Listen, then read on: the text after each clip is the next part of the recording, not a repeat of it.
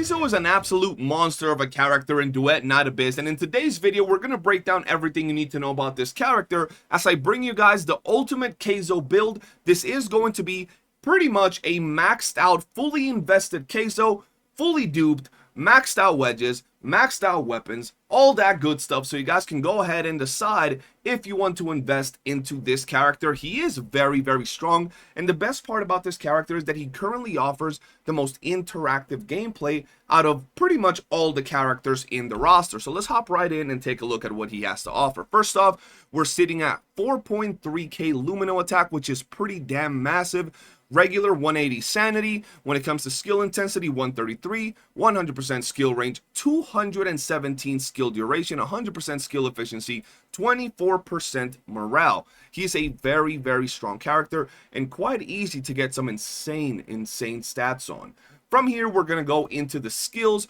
And I'm going to be real with you, we're going to talk about the skill order, and I'm going to break these things down as simple as possible. So first off, the skill order or priority in which you should level these are going to be the buff or his ultimate. From here, we go into the passive and then into the skill. And to simplify these things, because they have a lot of yap going on with them, now that you know pretty much what he can do, the damage with the intro of the video, and as I break down the build and pretty much tell you the rotation, you guys will understand all of this, and there's no real big need to go down into the nitty-gritty of all this, but just understand it like this.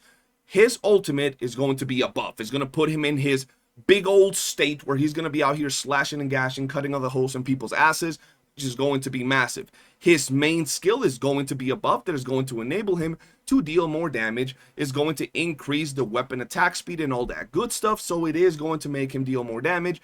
And then the passive is pretty much going to be a nice little increase to his damage as well, which is going to be really good. It's very, very wordy. Just understand it all synergizes very well. Ideally, you're going to have his ultimate, you're going to go into this, and you're going to be in this big old mode. Is going to be called aspect manifestation state, and through this is how you're going to deal damage. You want to make sure you build up your weapons on Kezhou because he does get stats from the weapons and overall deals some really good damage. The same goes for the Yet the Drifter Marks to Change, which is another passive, is going to enable him to deal more damage and keep his rotation a lot more smooth.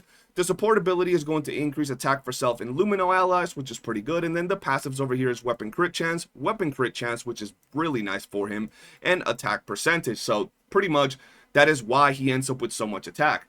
For the Introns, yes, we do have a maxed out Intron Kezhou, and he does have some really nice stuff. The Intron 1 is going to increase the effect percentage of Sword Intent, String Intent applied to Lives of Fleeting Tide by 0.5%, 0.7%. So pretty damn simple, okay? Now, his Intron 2, when damage triggers a bonus effect, gains 90% damage dealt for 5 seconds and restores 2 sanity. Sanity restoration can occur once every 1 second. This is very, very nice for him. It's really going to enable him to continue doing more damage and just keep that momentum. Intron 3, like always, is just levels. Intron 4, when using Light Source Light Starry Streams, Kezhou gains Blessed by Wind and Moon, grants immunity to hit stun, and reduces damage taken by 25% for 25 seconds, which is very, very nice. He's going to be slashing and gashing, so that hit stun is really nice. When it comes to the Intron 5, just levels, and the Intron 6, when triggering bonus effect, Kezhou gains 1 stack that increases his pen stat by 3% for 12 seconds up to 18 stacks. So a very juicy bonus. Overall, pretty damn good. Very solid Introns. They do work really nice with his kit. Moving on from here, we do have the build, ladies and gentlemen. And this is the build that we're currently rocking on our Kezhou. And honestly, I think this is a very good build. Now, there are some people out there that will tell you that 6 Scourge wedges are going to be his best in slot.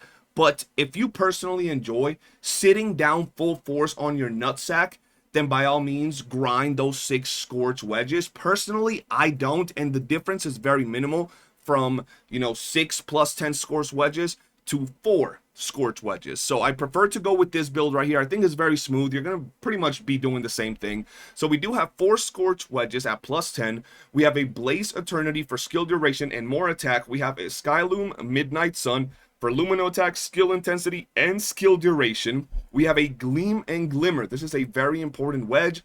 It's going to give him skill duration, and is going to increase the Lumino character's attack by their current skill duration, which is very solid. It goes very well with him. And then he has a Prime Morale. Honestly, guys, you can go ahead and, put whatever you want on him, but this is ideally what we're currently rocking on him. You might be able to put something else on here if you want, like a duel if you're fighting a boss or something else, but this is just what I'm going to be rocking on my Kezhou pretty much all the time.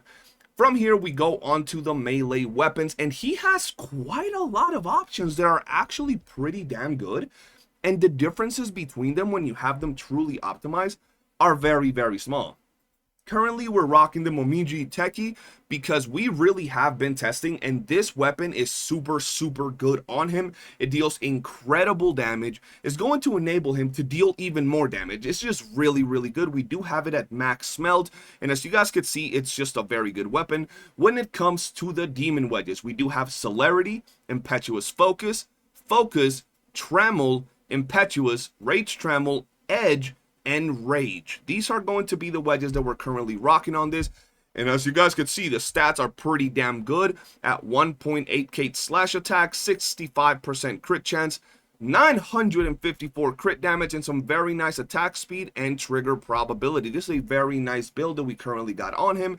And for other options that are going to work pretty much just as well as this one, it just really depends what you prefer. There are other weapons out there. A very popular option is going to be the Vernal Jade Halberd, another very strong weapon. As you can see, it's also build, and we have tested this out as well, also giving some very nice results. And I'll just throw one more weapon in here, even though there are other options. Another very popular weapon is the Sacred Favor, another very strong weapon that looks very good. It looks like it was made for Kazo. It's very good. It's going to give the character more attack, and he already has a ton, but I've seen a lot of people say that this weapon is actually pretty damn good. But at least for now, we have found that the Momiji Teki is just overall very damn good and just looks very clean. For the range weapon, obviously the Ephemeral Lumina is going to be his best in slot because it is his signature weapon and it's just really good. It's going to give that skill duration, and we don't have this max smelted, okay? This is a whale account, but it's not a crazy account. We ain't gonna max smelt the weapon just yet. Now, for the demon wedges, we do have Impetuous Focus, Rage Trammel, Focus, Speed Boost, Arrow, Celerity, Cunning, Trammel, and Celerity. Overall, giving some nice slash attack, crit chance, crit damage, attack speed being very, very nice, trigger probability, and all that good stuff. Overall, this is the build that we're currently rocking on him. For the Geniemons, we're currently rocking the Luminelv, and this is what we have on him. We have Fierce, Ironclad, Timid, and Keen. You can go ahead and put whatever you want, but the most important things are always going to be Keen and Fierce. If you happen to not have Luminelv, another very popular option, it is going to be the B Bro. It's another very good Lumino Geniemon that is going to work with him, but for now at least, like always, the little Battle Pass Mons are the best in slot.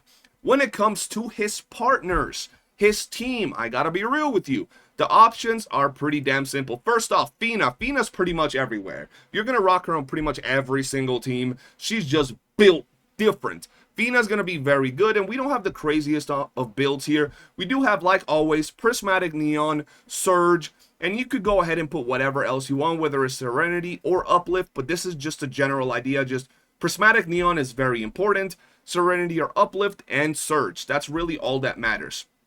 From here, we have the other one, Kezhou, which is going to be super good, and honestly, another best in slot, the other second best in slot. And the reason why you might think that there are others that are better, but in reality, Fushu is better, is because Fushu is going to give him a lot of survivability. And the thing with Kezhou is the fact that he's going to be slashing and gashing in pretty much all the enemies. They're going to do a lot of damage to him. So as you go higher and higher into harder content, he is going to be taking a lot of damage. He has hit stunts, so you're not going to be getting knocked, but you are going to be taking a lot of damage. So having Fushu heal you and provide everything else is going to be really damn nice.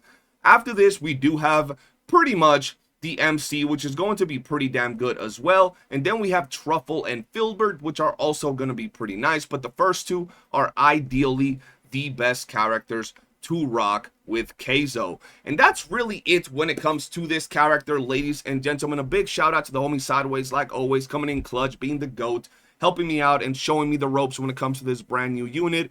And that's it, guys. If you did enjoy the video, do be sure to hit that like button, subscribe, turn on bell notifications, and I'll see you guys on the next one. Peace.